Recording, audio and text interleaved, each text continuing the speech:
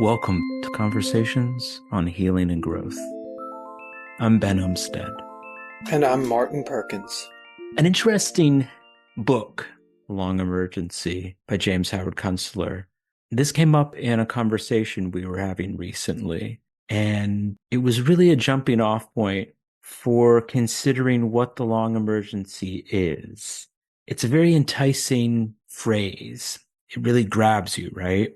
From your perspective, Martin, what is that? What Kunstler's talking about, but more importantly, how we all can look at it in our day-to-day lives.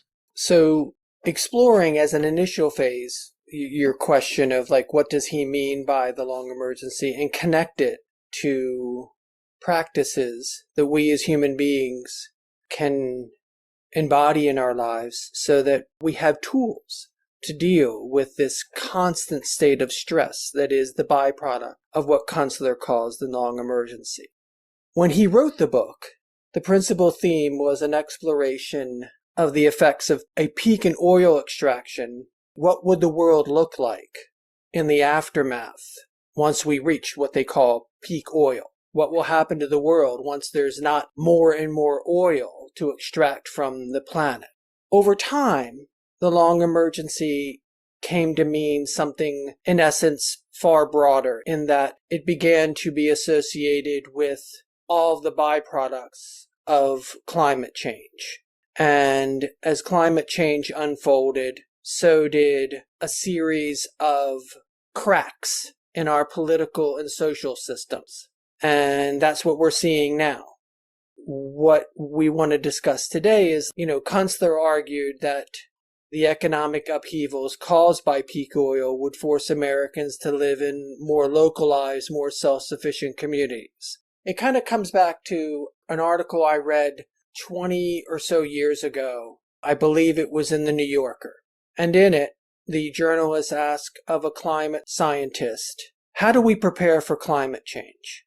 And the climate scientist's response is, well, for when? Are you preparing at that point?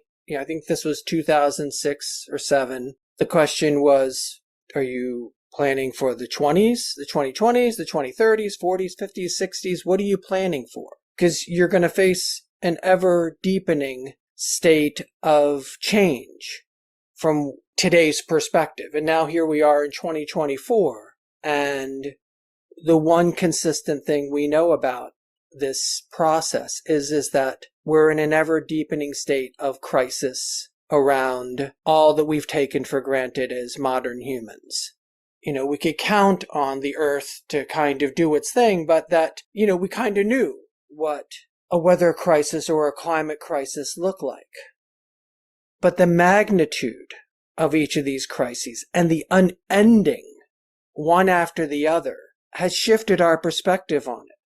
I was speaking to my daughter Luna a few minutes before we got started today, and she was reading that yesterday was yet another hottest day on Earth.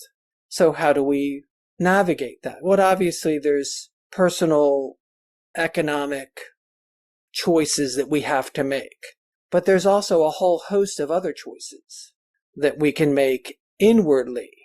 And that's in many ways a way to reframe this conversation from one around what can I do outwardly to what can I do inwardly to find ease, maybe even at times peace in the midst of such new states of normal.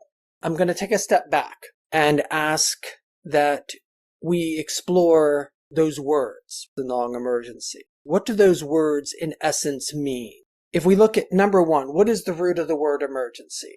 And what we come up with is mid-17th century, medieval Latin, the word emergentia comes up. And that comes from emergere, which in essence means arise, bring to light.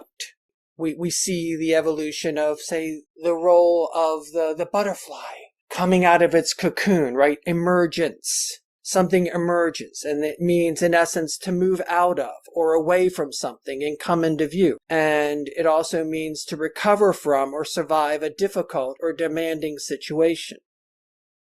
But the truth is, the difficult or demanding situations we're in, whether it be in our family or personal lives, whether it be in our communities, whether it be in our larger social and political structures, we're in a constant state of emergency, whether it be storms that are at a magnitude now where we really can't easily recover as communities. It then brings us to the definition of emergency, which is a serious, unexpected, or often dangerous situation requiring immediate action. So emergency really arises out of something that has arisen, that has been brought to light, but it happened in such an unexpected and dangerous way that we have to act because often our very survival is contingent upon that action. And so I would offer, in such a moment as this, where it's a constant state of emergencies, we have to begin to look upon this as existing in such an ongoing state that if we don't create what I call inner stability, we're not going to be able to create any sense of stability in the outer world. And stability, or stable, is defined as a resistance to change, especially sudden change, or a deterioration of something, to be fixed and steady. But it does, in many ways, mean more about how to be reliable, how to access our inner strength. And that's another way of looking at our stability. So it doesn't have to be something that's fixed. Stability doesn't mean necessarily that we're unchanging. It really means the opposite. It means how do we adapt to an ever-changing world? What I've learned is that if we're not well rested, it's literally impossible to create a stable response to change. And in the work that I teach in healing and growth, and the words healing and growth from my perspective are deeply steeped in a practice within rest. And I've taken rest and I've broken it down into 4 forms or practices. The 4 forms of rest that you've outlined are really quite empowering. It's not go to sleep, do all this. It's not just based on that. It really has a flexibility and an equilibrium to it. It doesn't eschew the modern world that we live in, the technology that we all are used to using and having. And I think that's really significant when we look at healing and growth work, inner work, personal spiritual work, because often the language used is so esoteric and it pushes away from what our daily lives typically are. And this speaks to the adaptability. How do we show up and rest wherever we are? So can we break down what these 4 forms of rest are that you've outlined in Language of the Soul, A Path of Simplicity? Absolutely. So whether I'm working with a brand new client, new student, or frankly just speaking with someone about what's going on in their lives, it almost inevitably is revealed that in one way, shape, or form, physically, emotionally, or spiritually, we've become, as a culture, as a whole, fatigued. Well, no kidding. When you're in the midst of the long emergency, of course you're going to be fatigued. And as much as we want to think that technology on any level is going to provide some kind of respite, in practice, it's quite the opposite. Technology has not served as a platform to create a more restful or regenerative relationship. In fact, if anything, the only way to get more restful is by shifting our relationships with the technology around us. And one of those initially is the fact that many people have this very, how should I put it, rote relationship with sleep.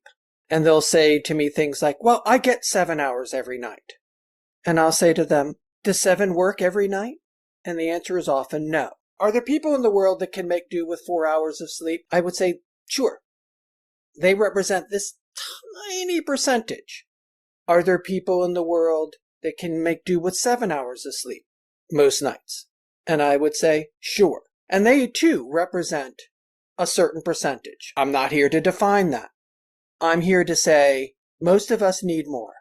And so what I say, because we do live in an exhausted society, I encourage people to approach their sleep cycle from the possibility that they could get 9 hours of sleep. Now, do they have to be sleeping that entire time? Of course not. They can be resting. But the fact that they're not doing is what matters. So if you wake up in the middle of the night and you can't get back to sleep, I'm not that concerned about that. All I really want you to do is remain restful. Listen to some music. Whatever you want to do that is restful for you, right? Look at your pre-sleep process. Some people can go right from doing things to sleep in a half an hour.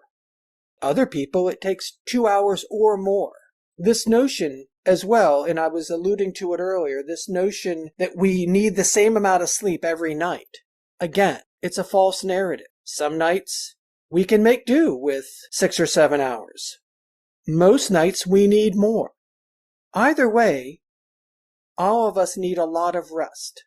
What humans in this era fail to look at is that in large measure, we're the first this last, say, 100 to 150 years of humans, we're the first generation of, or multiple generations of people who believe that you don't need a lot of rest. Prior to this, whether by design or by circumstance, people got a lot more rest, right? There was just less stimuli. As a result, there's a lot of exhausted people. Although that's not really the only source of fatigue, right? The fact that the people aren't getting enough sleep. It's not the source of the fatigue, it's the source of the inability to regenerate. You can't regenerate if you're not getting enough rest, and sleep is crucial to that, but it's not exclusive to that. What else is there when we're considering that fatigue? You talk about the overstimulation. I think that's something that will ring out like the clarion bell to anyone listening to this.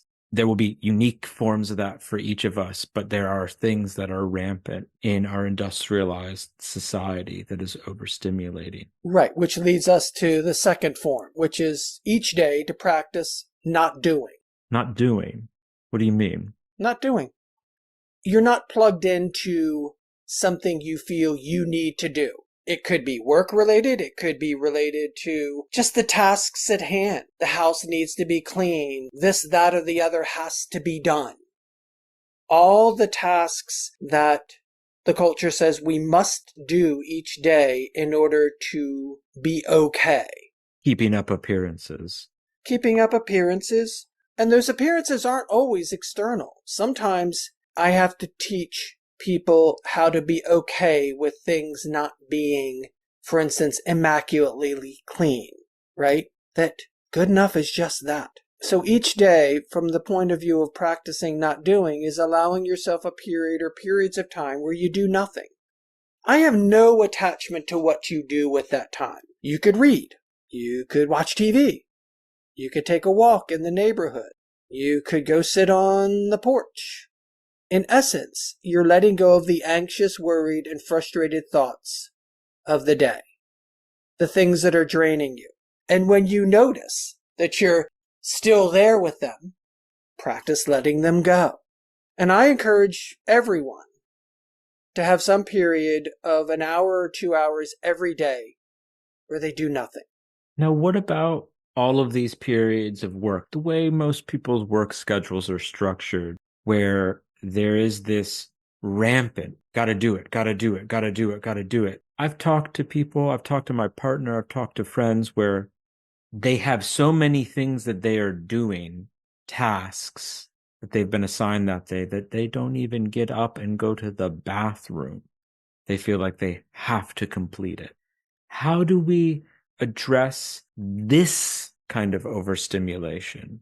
By taking many short breaks each day. In many ways, from a kind of studied perspective, almost every work study done encourages hourly or every other hour breaks. That in doing so, through this course of an average workday, you're going to be that much more effective. So what I'm in essence saying is what every efficiency expert is already saying, which is take 5 to 10 minutes. And if you can't because your work doesn't permit that, go to the bathroom. Go sit on the toilet and take some breaths. Do a reset. Don't allow anything within the workspace to prevent you from taking, even if it's just 3 minutes, or into another room, into a break room, and just stretch your body a little bit. Allow yourself these resets. And the result is that the work of the day doesn't exhaust you, so that by 2, 3, 4 o'clock in the afternoon, you're not completely whacked. And I say, even if you have a workspace where it allows you to, I say take a nap. Take a 10, 15-minute nap. Just if you're working from home, just walk in, set an alarm for 15 minutes, and just close your eyes. It's not so much that the expectation is that you're going to instantly be rested at the end of the 15 minutes. It's that you've created or are in the process of creating a reset. And that if you keep doing this every day, the body, the mind, the spirit, it responds. And though it's the last of them, the fourth form, I want to immediately segue into that without much of an intro, because it's the one that, frankly, the other forms of rest are all built upon, which is the willingness to rest your mind. Now, I teach energy-based meditation. In other words, it's a form of meditation that predates Qigong. It's called Dao Yin. And Dao Yin is not a movement-based energy meditation, but a sitting form. Frankly, you can sit, you can lay down. It doesn't matter what your body position is. You can stand. The key is you learn how to quiet the mind so that these other forms of rest can actually occur more effectively. That you have tools that when you are watching the TV and you hear yourself planning for the next day, you can breathe and let it go. And it's crucial. That said, what I teach in the form of Dao Yin, one need not do that specific form, though I think it's an excellent form of meditation. Any form of breath-based meditation will work. Now, I will say that I discern between meditation and creative visualization. Guided meditation, you mean? Creative meditation, guided meditation. The challenge with guided meditation is it's, in essence, just wanting to replace one thought with another. And it's all well and good that you've taken, say, a negative thought pattern, you've replaced it with a positive thought pattern, but you're still occupied in thought. And the goal of meditation is to quiet the mind so that the underlying wisdom that speaks at a whisper can begin to guide you. I personally find it to be really nurturing. It's really sacred. Doing it for 15 or 20 minutes, sometimes even multiple times a day, is really empowering. And initially, when I talk to people about what I do, they get nervous when I'm describing something that I'm finding to be peaceful, full of ease, not necessarily thoughtless, but as we often talk about, breath sweeping the mind. Those thoughts just moving away like a cloud. They still feel nervous. So how do we approach a multi-daily practice when there's that angst? You first begin by letting go of the notion that you're going to be good at it. You're going to be a beginner. And it's going to take not days, not weeks, in all likelihood months of daily practice.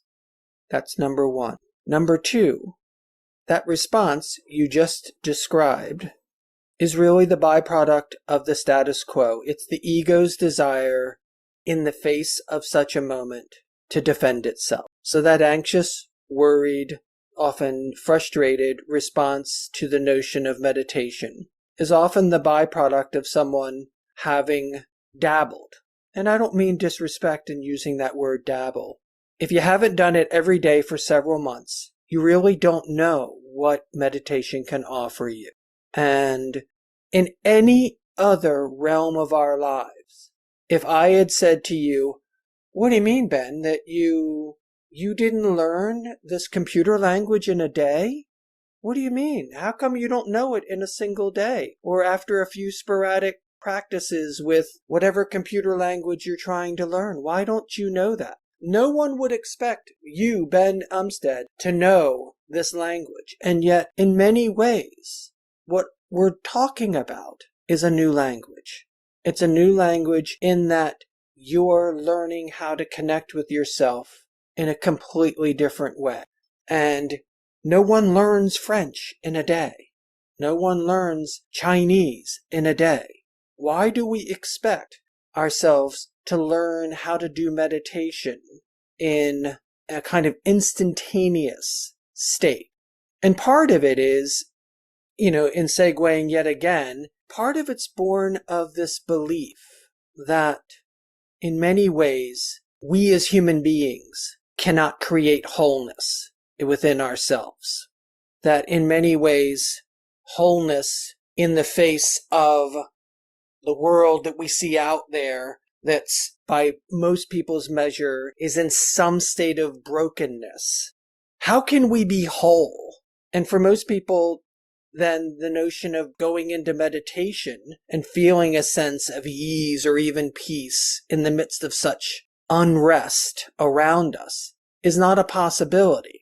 And from my perspective, when I, for instance, using the word wholeness, I mean something very, very different. And this definition of wholeness isn't really about creating wholeness. It isn't about constructing wholeness. It's in many ways getting out of our own way so we can experience whatever state of wholeness there is. And the wholeness comes in large measure from acceptance, from letting go into what is. If we let go into whoever we are in that moment, and we can find some ease in our imperfections, that's a state of wholeness.